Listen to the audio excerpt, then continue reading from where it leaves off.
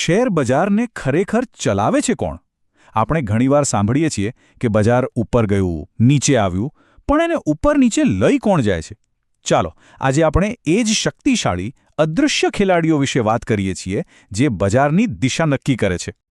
આ કહાની જાણીતી લાગે છે ને? કોઈ સારો શેર જોઈને આપણે ખરીદીએ અને જેવો ખરીદીએ કે તરત જ એ નીચે જવા માંડે. આવું થાય એટલે આપણને તરત જ લાગે કે આપણું નસીબ જ ખરાબ છે. પણ જો હું કહું કે આ નસીબની વાત જ નથી તો? આ તો બજારની મોટી મોટી વેલ માછલીઓનો ખેલ છે. શેરના ભાવમાં આવતો આ અચાનક ઘટાડો કોઈ સંયોગ નથી, પણ આ જ વિશાળ, અદૃશ્ય ખેલાડીઓની એક ચાલનું પરિણામ છે. તો ચાલો આ નાણાકીય સમુદ્રમાં ડૂબકી મારીએ અને જોઈએ કે આ મુખ્ય ખેલાડીઓ છે કોણ. આ સમુદ્રમાં સૌથી પહેલા આવે છે નાની નાની માછલીઓ, એટલે કે આપણા જેવા રિટેલ રોકાણકારો, જે લોકો પોતાની બચતમાંથી થોડા પૈસા બચાવીને મોબાઈલ એપ દ્વારા રોકાણ કરે છે. આપણે નાની નાની રકમથી ટ્રેડ કરીએ છીએ અને સાચું કહીએ તો ઘણીવાર આપણા નિર્ણયો ડર કે લાલચ જેવી લાગણીઓ પર આધારિત હોય છે અને આપણા એકલાના ટ્રેડથી બજારના સમુદ્રમાં એક નાનકડી લહેર પણ નથી ઉઠતી. અને હવે એન્ટ્રી થાય છે બજારની અસલી વેલ્સની, એટલે કે સંસ્થાકીય રોકાણકારોની. આ મ્યુચ્યુઅલ ફંડ, વીમા કંપનીઓ અને પેન્શન ફંડ જેવી મોટી મોટી સંસ્થાઓ છે. એ લોકો અબજો રૂપિયામાં રમે છે અને એમના નિર્ણયો લાગણી પર નહીં, પણ એક્સપર્ટ્સની આખી ફોજ અને જોરદાર ડેટા પર આધાર રાખે છે. પણ વાર્તામાં ટ્વિસ્ટ અહીંથી આવે છે.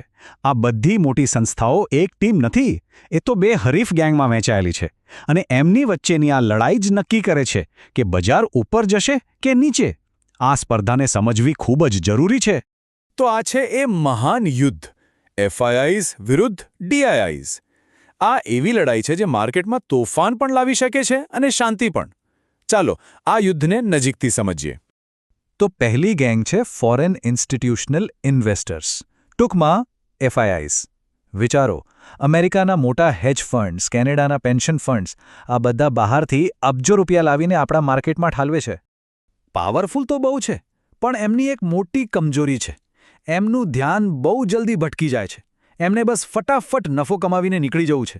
દુનિયામાં ક્યાંય પણ કંઈક ખોટું થયું એટલે તરત ગભરાઈ જાય છે અને પોતાના પૈસા પાછા ખેંચવા માંડે છે. તો બંનેમાં મુખ્ય ફરક શું છે? એફઆઈઆઈઝ એટલે સ્પીડ અને અસ્થિરતા. જરાક ગભરાયા નથી કે તરત પૈસા પાછા ખેંચી લે છે અને એના લીધે જ બજારમાં મોટા કડાકા આવે છે. જ્યારે બીજી તરફ ડીઆઈઆઈઝ છે, એ લોકો શાંત અને સ્થિર છે. જ્યારે બજાર ગગડે ત્યારે એ લોકો ખરીદી કરીને એને સંભાળી લે છે. તો સવાલ એ છે કે જો એફઆઈઆઈઝ આટલા બધા પૈસા કાઢી લે તો આપણું બજાર સાવ તૂટી કેમ નથી જતું?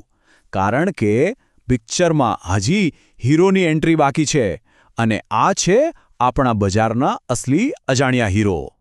આ છે ડોમેસ્ટિક ઇન્સ્ટિટ્યુશનલ ઇન્વેસ્ટર્સ, એટલે કે ડીઆઈઆઈઝ. આ આપણા પોતાના દેશના જ મોટા ખેલાડીઓ છે, જેમ કે આપણા મ્યુચ્યુઅલ ફંડ્સ, એલઆઈસી કે સરકારી પેન્શન ફંડ્સ. આ લોકોને ક્યાંય ભાગી જવાની ઉતાવળ નથી. એ લોકો અહીં લાંબી રેસ માટે છે.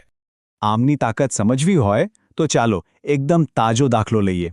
માર્ચ 2020 યાદ છે? જ્યારે કોરોનાને લીધે આખી દુનિયાના બજારોમાં ભૂકંપ આવી ગયો હતો. એ સમયે શું થયું?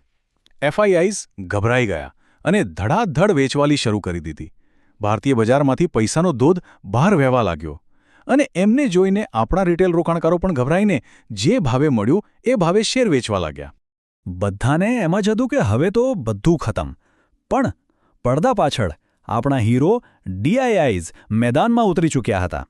એફઆઈઆઈઝ જેટલું વેચી રહ્યા હતા, ડીઆઈઆઈઝ એટલું જ સામે ખરીદી રહ્યા હતા. અને કેટલું ખરીદ્યું ખબર છે? રેકોર્ડ બ્રેકિંગ 55,595 કરોડ રૂપિયા. એક રીતે કહીએ તો એમણે પડતી છરીને હાથમાં પકડી લીધી.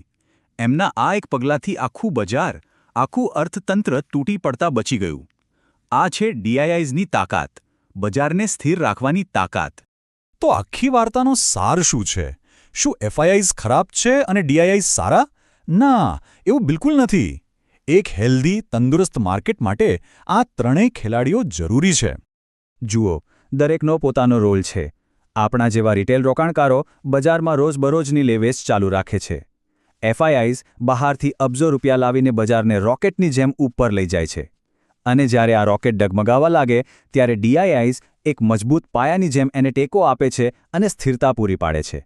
હવે જ્યારે આપણે આ બધી મોટી માછલીઓની રમત સમજી ગયા છીએ ત્યારે સૌથી મોટો સવાલ એ આવે છે કે શું આપણે જાણી શકીએ કે આ એફઆઈઆઈસ અને ડીઆઈઆઈસ કયા શેરમાં પૈસા લગાવી રહ્યા છે?